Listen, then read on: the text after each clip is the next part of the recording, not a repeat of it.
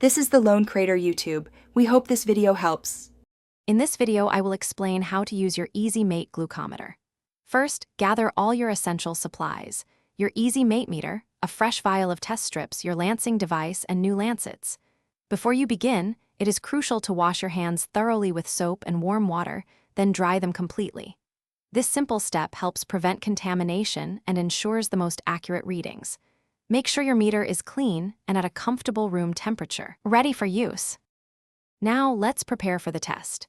Take a new test strip from its vial and insert it firmly into the meter until you hear a soft click or feel it seat properly.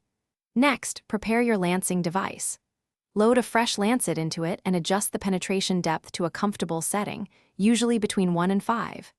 Choose a clean fingertip, preferably the side, and prick it quickly to produce a small, round drop of blood about the size of a pinhead. With your blood sample ready, gently touch the absorbent tip of the test strip to the drop of blood. The strip will draw the blood in automatically. Hold it there until the meter beeps or indicates it has enough blood. In approximately 5 seconds, your Easy Mate Glucometer will display your blood glucose reading clearly on the screen.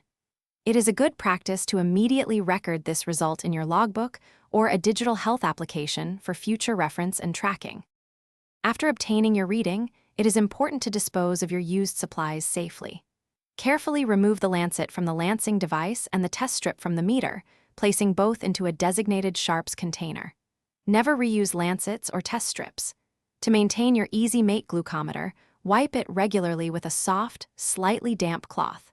Store your meter and all supplies in a cool, dry place away from direct sunlight to ensure their longevity and accuracy for future tests. Thanks for watching. Consider subscribing if we helped you.